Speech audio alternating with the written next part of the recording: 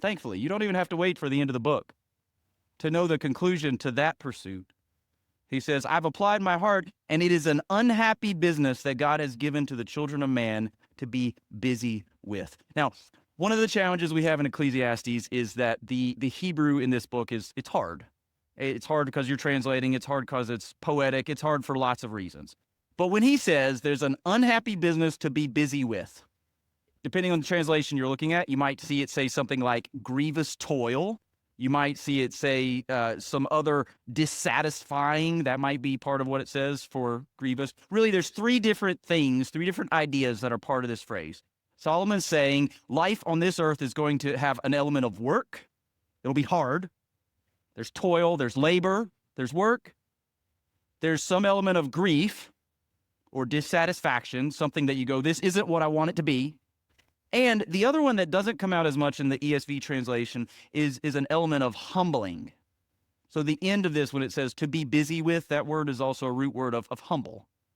Solomon says, when I look at everything that I can see, I look at life and I say it's hard, it's sad sometimes, it's dissatisfying, and it humbles me. But we shouldn't be surprised by this. Think back to Genesis.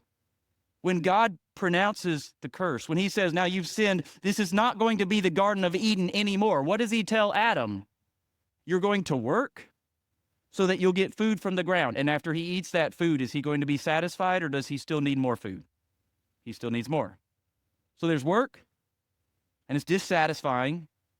And the whole point is they said, we want to be like God, knowing good and evil. We want to determine what we can and can't do. And God says, well, now with the curse after the fall, you'll be humbled. It's there from the beginning of the book. Life in a fallen world is hard, not ultimately satisfying, and it humbles us.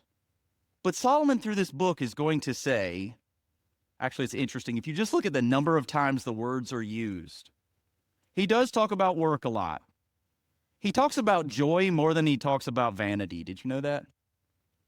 If you go look up the words related to it, over and over, he says, this world has joy. Like, wait a minute, Solomon, you just said it's an unhappy business. But then you said, this world's full of joy. How does that work? That's exactly the question Solomon wants you to have at the beginning of this book, and hopefully the answer we'll have at the end.